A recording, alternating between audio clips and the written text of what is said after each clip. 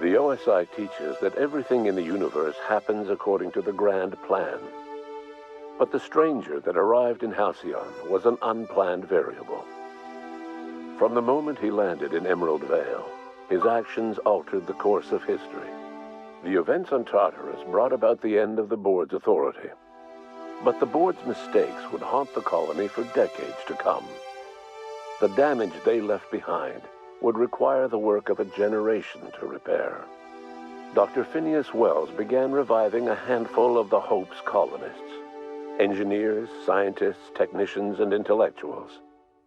They were among the brightest minds the Earth had ever sent out into the stars. The Hope scientists and engineers woke up in a colony descending headlong into total collapse.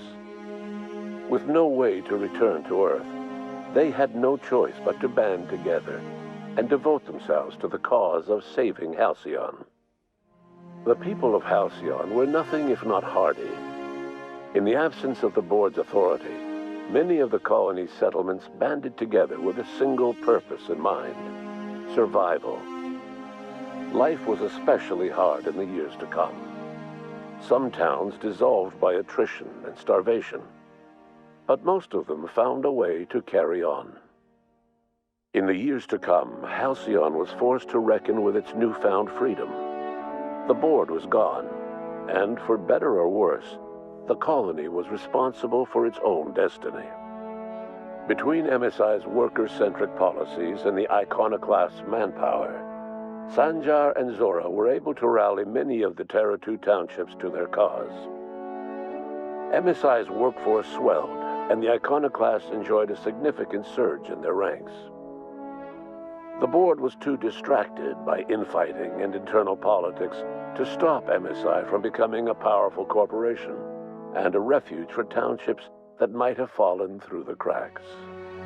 Consumed by paranoia, Lilia Hagen took Sublight Salvage in a controversial direction, openly accusing board officials of an extraterrestrial conspiracy.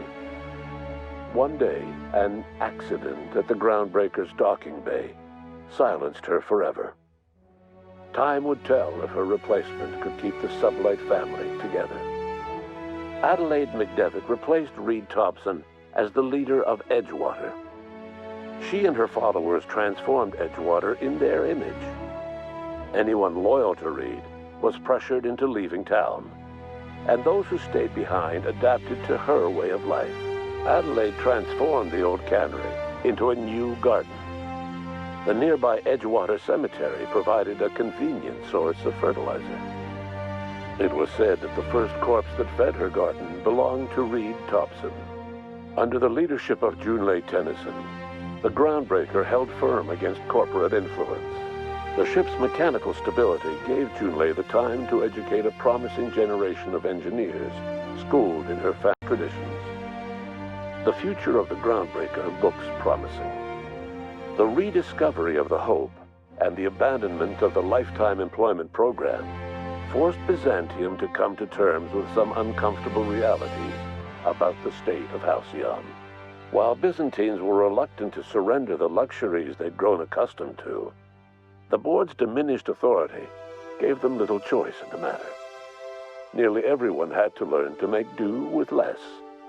Some even had to get jobs. It was a dark time indeed. Your influence shifted Ellie's perspective. She finally admitted, albeit grudgingly, that she just might need other people.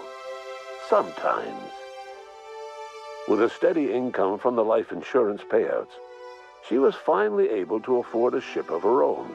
She hired a small crew and flew supply missions to communities on the fringe. Some of them were even legal. Life in Halcyon was sobering for Felix Millstone. The grand revolution he dreamed of never came. There was no great awakening for the colony, no celebrations in the streets. There was only the hard, desperate work of trying to repair a broken colony. Felix never had a head for numbers, but if there was labor to be done, he was there to help. Eventually, Felix realized that the work of a revolution was done with two hands. As much as he enjoyed his adventures aboard the Unreliable, The vicar, known as Max, eventually decided that it was time to move on, to live out the life he had sought so long to create. He knew there were many in the colony who carried burdens much worse than the ones he had struggled with, and he devoted himself to easing their suffering wherever he could. He only ever took up arms again to defend the defenseless. Unshackled from a lifetime of striving and fighting the universe and himself, Vicar Maximilian de Soto was finally at peace. Though Parvati eventually grew comfortable aboard the Unreliable, she never quite came out of her shell.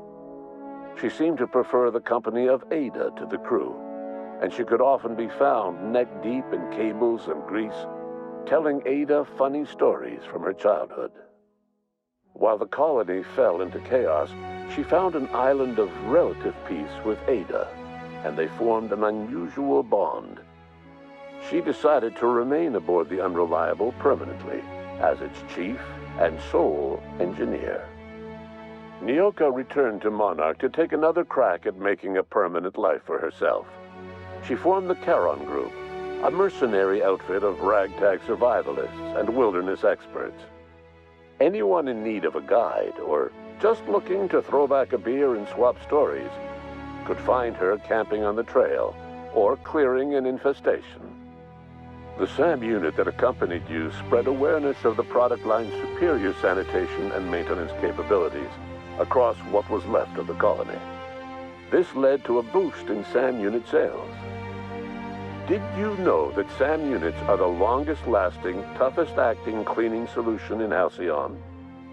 Minister Clark was released from house arrest, and his contact with you gave him a sense of renewed purpose and vigor. Once it became clear that no help would be coming from Earth, he threw his considerable efforts and talents into helping Halcyon manage the crisis before it. As for Dr. Phineas Wells, he spent his remaining years in his orbital lab.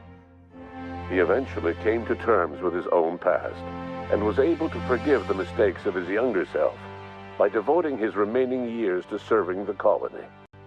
In the end, Dr. Wells was able to save every scientist and engineer aboard the Hope.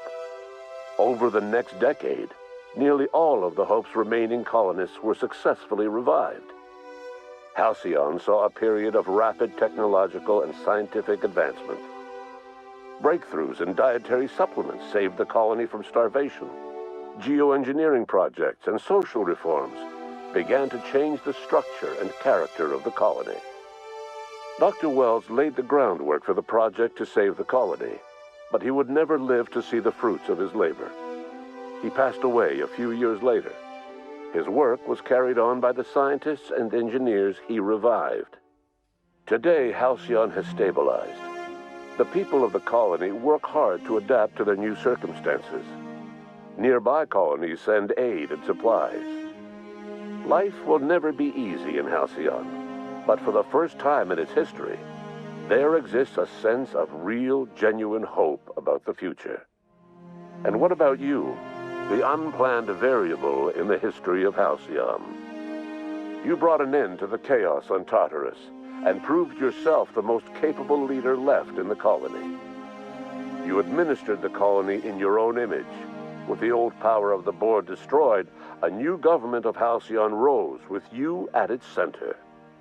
With your steady hand, you guided Halcyon through the turbulent years that were to follow, and helped ensure the survival of the colony until the end of your days. No one knows what's happened to Earth, and no one knows what the future has in store for Halcyon.